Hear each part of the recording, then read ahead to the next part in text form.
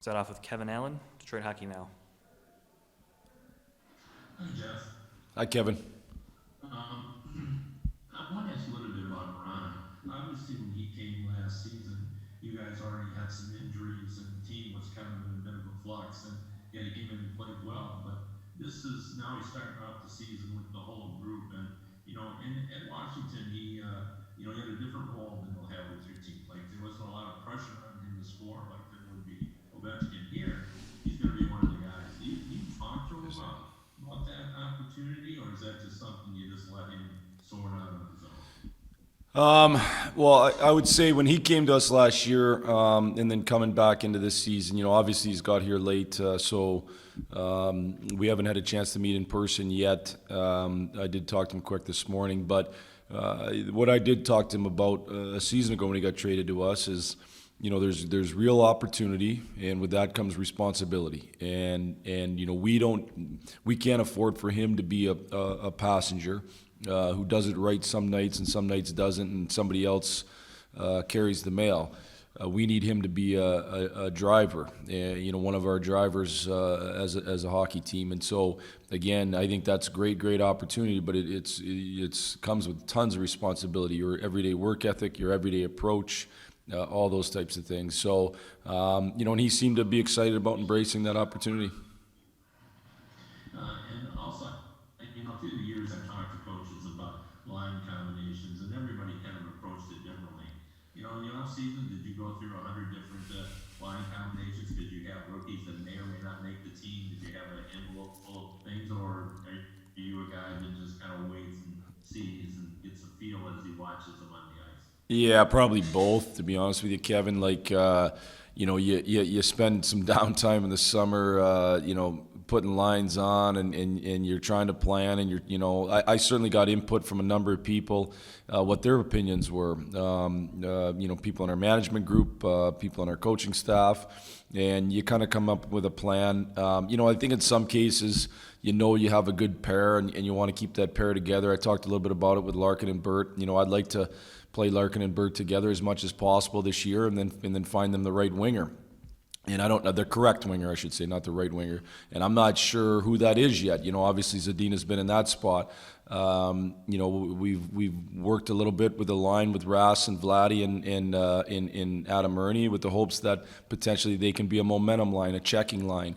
But we'll see. You got to get into practice. You got to see where it goes. You got to see what these young guys, where their game's at. They have an opportunity to make the team, and then you got to deal with injuries. And that's just one of the things we got to deal with. So, anyways, that's the approach I take. Thanks, Jeff. Yeah. Next up, Ted Colfin, Detroit News. Hey, Joe. How good will it be to get back into tomorrow? You'll have this red-white scrimmage, just something different, a little bit more competitive like that. Well, I think it's good. I think I'm not a big fan of scrimmaging early. I know in the past we used to scrimmage those first 3 days, and I'm not a big fan of that. I don't think you get tons out of that. I'd rather spend it with practice and specialty teams. And then tomorrow gives a good chance for our guys now. We've put a number of systems in place. We're actually going to practice before the scrimmage tomorrow. So we'll have another number of systems and foundations in place. And now you can kind of see where it's at, and it's a little more game-like. And it's a stepping stone to exhibition. It's not as competitive as exhibition games will be, but it's a stepping stone towards that. So, I think it's a positive thing, and then it gives the fans that are here a chance to see these guys in game action, and I know they must like watching that better than practice. So I think it's a win-win all around. Yeah, that's interesting. So you really, you're not a huge fan of like the inter squad scrimmages like during the practices or whatnot, or there's only limited stuff you really get out of it. Yeah, I think there's limited stuff you get out of it, especially when you don't know your systems yet. It's hard to play a 5-on-5 scrimmage. The first day I did a 3-on-3 kind of scrimmage at the end of practice, and that's this 3-on-3 basically becomes man against man. There's not a ton of schematics that are involved in it, so I'd rather get our systems in place and then spend time on specialty teams than necessarily scrimmage those first couple days. But I think the red-white scrimmage, especially this year, because it comes after 3 full days, so it's 3 full plus a half. Again, you get a chance to put a lot of things in place, and now it's a good stepping stone as we lead towards exhibition. The last one, is this the busiest time of the year for the coaching staff for you guys? Just practice plans and just setting the rosters, lineups, or whatnot? I mean, why is this, probably the busiest time of the season for you guys? Well, I would say the training camp and exhibition season are by far the busiest, especially once you get into exhibition season. That really starts to go. We get a little time here after, the day will be done here today. We'll get out of here around 3 o'clock. Have our practice plan for the morning, have our red white schedule plan, and we get a little bit of time. Once you get into exhibition season, there is no time, and you never do that. And you think about it in exhibition season, the players are playing. There's usually two kind of teams where the coaches are going every day, so that's the busiest time of the year. But it's good. It gets us make sure all the rust is off and we're ready to roll. Good stuff. Thanks for this, Jeff. Yeah. Next up, Max Boltman, The Athletic. Hey Jeff, the other day you were talking about some of the guys kind of competing for the center job on the fourth line there. I was just curious, is Valeno, is that kind of the competition he's in, or is there any world where he's competing for a job on the wing to see if that's there? Well, there's a world where he's competing on the wing for sure. There's no doubt. That I think if he ends up a much better player than some of the guys that are in those spots that we foresee in those spots. And he's a better player than those guys, and I think, and we can find him a spot in the top 9 somewhere, then I think it's a discussion. I'm not sure, the discussion for fourth line center would have to, we'd have to talk what's best for Joe Valeno at that point too, not just necessarily is he, a little bit better than another guy, is that the best thing for our organization and the best thing for him in terms of his development, and those are talks that Steve and I will have as we go through exhibition season, and obviously, there's unforeseen things like injuries. So let's see where it goes. I think the biggest thing is he just needs to make a statement every time he's on the ice that he's going to make us better. And again, I've said this lots, and I'll repeat it. It's not about making our team; it's about making our team better. So he'll get a chance to prove that here, not only while we're up here in Travers, but certainly once we get into exhibition season. Thanks. And then the other day, you called David Kaiser kind of a human eraser when he's at his best, and I was just wondering what is it about him that does that? Is it like length, sense? Both length and sense for sure. He's just one of those guys. Like when somebody makes a mistake and there's a 2-on-1. We don't put enough emphasis on defensive plays, in my opinion, because they're really hard to judge, and there's no statistics that are real measurable for that. Even analytics guys tell me all the time they don't trust any of the statistics for defense, and so it's much easier to use the statistics to predict offense. But a defensive play for a guy like Danny Kaiser, we give up a 2-on-1, the guy tries to go to the back door, he knocks it out of the air, or he gets stick on puck, or there's a breakdown in front of the net and he's able to get stick on puck. Those are all kind of things where people have made mistakes and you need a defensive play. It's like in football, those are thought of very highly, any kind of defensive play, because they're easy to measure and they're easy to identify. It's a little bit harder in hockey, but that's what he does, in my opinion. He makes a lot of those big-time defensive plays that becomes a human eraser for other people's mistakes. Thanks, Jeff. Yep. Next up, Ansar Khan, M Live. Hey Jeff, you touched on this a little bit yesterday, but with the depth you have on defense, if you're able to reduce Filip Zadina's minutes, just how beneficial will that be for him, just over the course of a long season? Well, I think at times the minutes were certainly too high. He would disagree. He wants to play the whole game, and I respect Phil for that. He wants to be the person that's out there and making the difference. But my job is to look after the whole team and try to put guys in the best position to be successful. And sometimes you're just simply overplaying guys and you're not putting them in that best position. So, when you have better depth on defense, more guys competing for those minutes, it tends to even the minutes out. We're not going to go into a game and say, certainly we have time frames that we want, that we look at for each player and say, okay, this would be kind of the optimal time frame, and we don't want to go over this minute mark. But that doesn't mean as the game goes along, if somebody's playing great or if the situation dictates that somebody might get more or less minutes, because that's the reality. We also got to watch the game and say who's getting the job done. Especially, I think, in the first period for a guy like any player who's a little bit undersized, and I think it's important not to get their minutes too high too early. With all that said, as I said, the Phil wants to play a ton, and he wants to be out there, and he's going to fight like crazy to show me that he deserves big minutes. That's what he's going to do, and I love that about him. And hopefully he plays great hockey, and he plays lots of big minutes, and hopefully the other guys play great hockey, and it's a real competitive situation.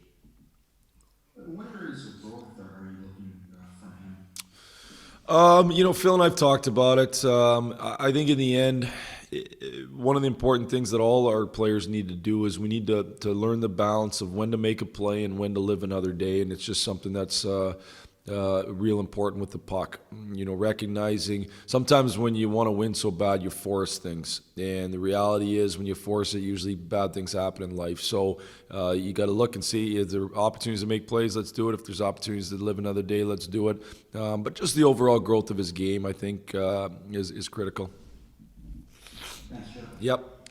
Next up, Colleen St. James, Detroit Free Press. Jeff, you've had Moritz paired with Nick Leddy so far. Is that a pairing you anticipate going into the season with, and what do you like about that potential duo? Is it a pairing? It's a pairing that we potentially could use going into the season. We want to go through some exhibition games and see. It was a starting point for us. I think part of it is how good does Moritz play. And what type of minutes are they going to see? I think ultimately the way I see a decor a little bit is to the questions I was just asked.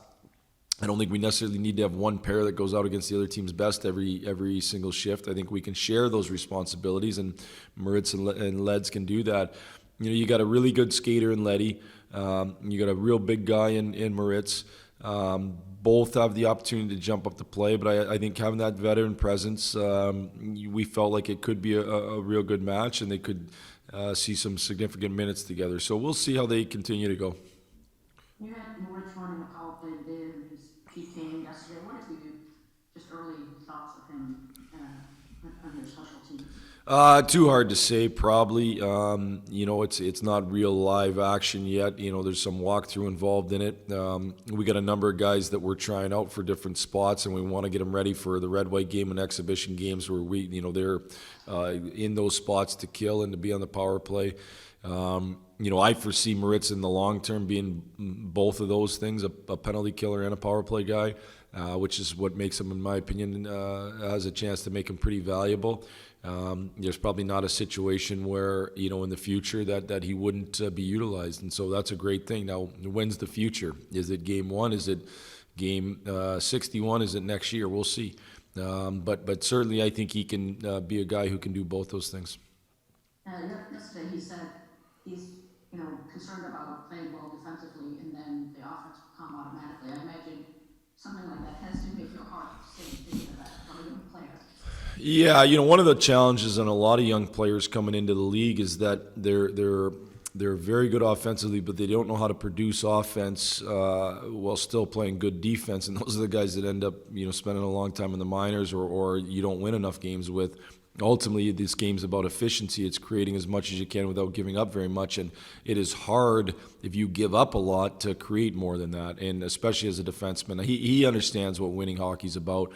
He knows that you got to do both. You have to play great defense, and then you got to make plays. And I think he's got a chance to do both. But he certainly understands that without that foundation of great defense, you're not going to have a chance to have a lot of minutes as a player, and you're not going to have a chance to win a lot of games as a team. So one last thing, Jakub Vrana, I assume he's not playing tomorrow, right? Kind of what are your plans for how to integrate him now Monday, or? Jakub actually started practice today. I think you guys were on a Zoom. Jakub actually hurt his shoulder within the first 10 minutes of practice, so he'll be reevaluated later on, and we'll see where he's at. You're slipping, Jeff. That's an upper body injury. Yeah, I did slip. Okay. Last question, George Malik, The Malik Report. Hey, Coach. I was wondering if you could talk about the second line. Watching Pius Suter, he seems to be having an adjustment process as he comes over from Chicago, and you could talk about him and Robbie Fabry working together. Yeah, I think I've been impressed with Suit so far. He's really, really smart. I'm a big fan of smart players. They usually make the coach look good, and he's really, really smart. He seems like he can kind of play different situations. He's pretty good defensively on a power play, on the penalty kill. And I think Fab's had a real good camp so far. He's competed his tail off every shift, and that's what makes Fabs great. When Fabs competes and works like that, he's a highly competitive person. He's a worker, and he's really learned to work. And I think when he plays with that kind of intensity, it makes up for maybe a lack of real big size or really, really fast skater. And so then he can use his skill. He's got a good brain, and he can shoot the puck in the net without a doubt. So they've been a good pair so far. Again, similar to what I talked about with Tyler and Larks. We'll see if they become a good pair. If one of those guys ends up filling a different spot, we'll see. Finally, tonight would have been the alumni game under a normal circumstance, but we're still not under normal circumstances. Maybe next year we're going to see you back in the net. Could I say you could only hope? But maybe that sounds arrogant. I would. This is what I would say. I was disappointed, obviously, when the protocols came out that negated both the alumni game and the golf tournament up here. And I know those are both big deals especially for the center ice arena up here. So I was disappointed in that for them. We'll have to look at other ways that we can potentially raise some money to make sure this rink is still going at a high rate here. So I wasn't disappointed. I didn't get to play, though. My game's, as you know, very average.